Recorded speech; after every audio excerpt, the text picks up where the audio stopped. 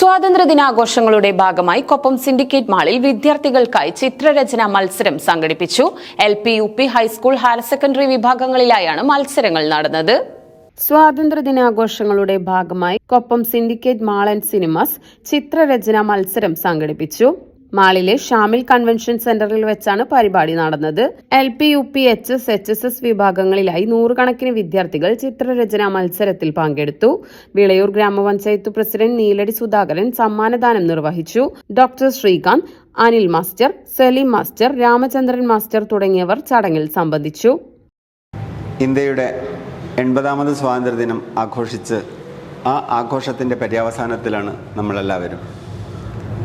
ഇന്ന് ഓഗസ്റ്റ് 16, 80ാം സ്വാതന്ത്ര്യദിന ആഘോഷങ്ങളുടെ ഭാഗമായി Koppam syndicate mall and cinemas ഇന്ന് കുട്ടികൾക്കായി ഒരു ചിത്രരചനാ മത്സരം നടത്തുകയാണ്.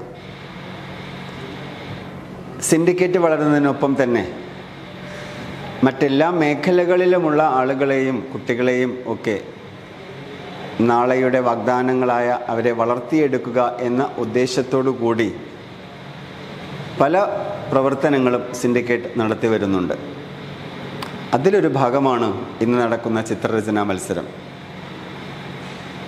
LP, UP, high school, higher secondary വിഭാഗങ്ങളിലെ കുട്ടികൾക്കായി ചിത്രരചനാ മത്സരമാണ് സംഘടിപ്പിച്ചിരിക്കുന്നത്. നമ്മുടെ നാട്ടിലുള്ള നാളെയുടെ വരദാനങ്ങളായ കുട്ടികളെ ചിത്രകലാ രംഗത്തേക്ക് വളർത്തിയെടുക്കുക എന്ന ഉദ്ദേശത്തോടു കൂടി കൈനിറയെ സമ്മാനങ്ങളുമായാണ് ഈ ഒരു രചനാ മത്സരം നടത്തുന്നത്.